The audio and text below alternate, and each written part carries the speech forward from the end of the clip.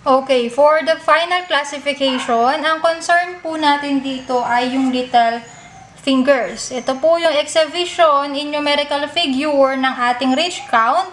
Binibilang po yung loops, di ba? Yung ridge counting ng loops at yung ridge counting ng whorls. So, tama po, pati whorls para sa final classification, nagre-ridge count po tayo. Nagre-ridge counting po tayo para sa whorl pattern.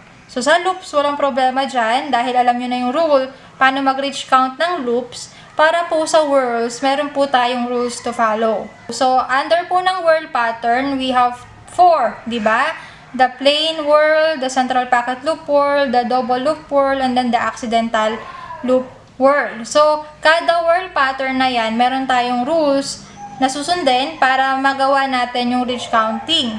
Kapag daw plain whorl and central packet loop whorl, ititreat natin siya palagi as ulnar loop. So, for example, assuming dito muna tayo sa right hand, ito po, for example, ay central packet loop. Sorry sa drawing, pangit.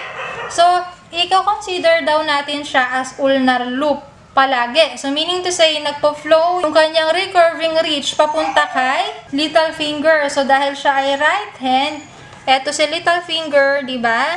Eto, assuming daw or i-treat daw natin na ang ating central packet loop ay isang ulnar loop. So, ang mangyayari dyan, ang flow niya, paganto. Diba? Magiging ganyan siya.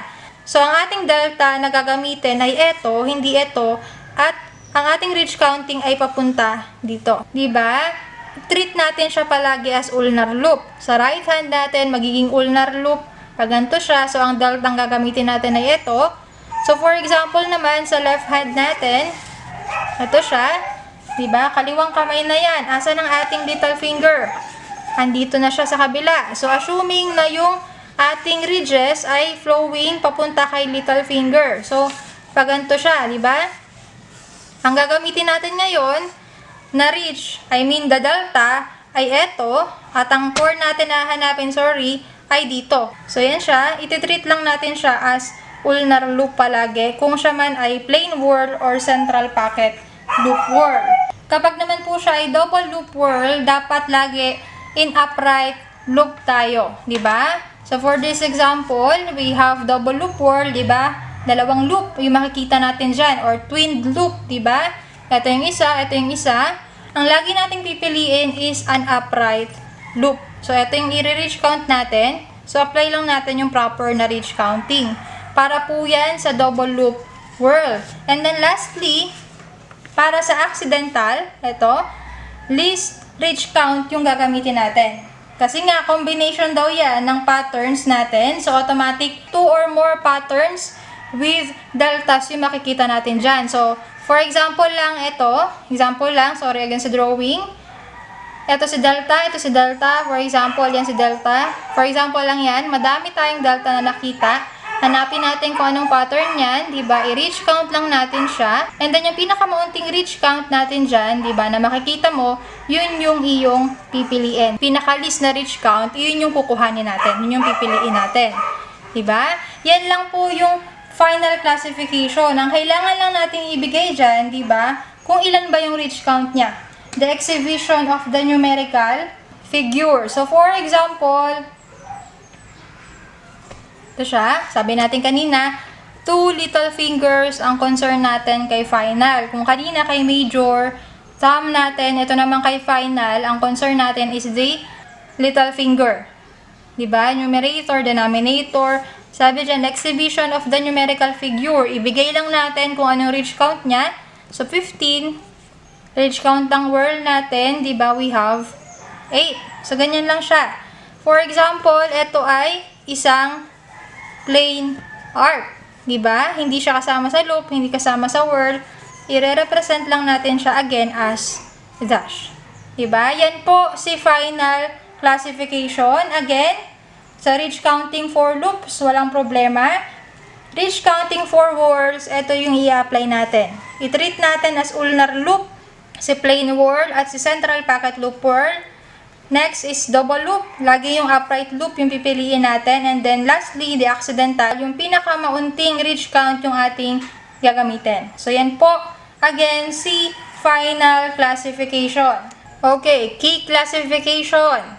Ito po yung paghanap ng first loop in a set of frames except sa little fingers. Kasi sa little fingers, nakalaan na yun kay final classification. Diba? Again, ang concern natin kay key classification, makikita yan pinaka-extreme left natin, pinakadulo, diba? Pinakadulo sa ating fraction, sa kaliwa. Diba? Ang hahanapin natin dyan is yung pinakakaunahang loop pattern na makikita natin. At ilalagay lang natin kung ano yung ridge count niya. Diba? Pero kung walang loop pattern dyan, yung pinakaunang whirl pattern, yung i-reach count natin. At i-apply lang natin kanina kung paano ba mag-reach count para sa whirl pattern. Diba? Una, hanapin natin yung pinakaunang loop. Kung walang loop, pinakaunang whirl yung gagamitin natin. At kung wala pa rin na loop and whirl, palaging dash yung gagamitin natin. So, for example, diba? Ang concern natin dyan, is yung pinakaunang loop na makikita natin pero hindi na natin hahanapin si loop sa ating little fingers kasi ginamit na natin yan kanina kay final classification. So, hanapin natin yung unang loop. Ito po ay whirl, whirl, whirl, whirl. Baba tayo dito, whirl pa rin. Ito yung kaunahang loop. Ilalagay lang natin siya sa ibabaw. Dahil nga sabi ko dun sa video lecture, ito po ay isa sa pinaka-unique na division sa ating classification formula kasi siya lang yung kaisa-isang walang denominator. Diba? Numerator natin siya ilalagay, pinaka-extreme left ng ating classification line. So anyways, ito pong line na yan na nasa ating classification formula, ang tawag po dyan is classification line. So going back, first loop. So for example, walang loop na nakita. Puro whirl yan. Diba? Whirl pattern to. Diba? Automatic. Ito yung unang whirl na nakita mo. Assuming na may 15 ridge count pa rin siya, sa 15, ilalagay mo lang. Sabihin natin 16, diba? 16 ang ilalagay mo dyan. So, ilalagay lang natin yung ridge count niya. Kung loop man yan or kung whirl man yan. Kung hindi loop, kung hindi whirl, dash ang ilalagay natin sa kanya. So, yan po si key classification at yan yung pinaka-last na hinahanap natin sa ating classification formula. So, I hope naunawaan.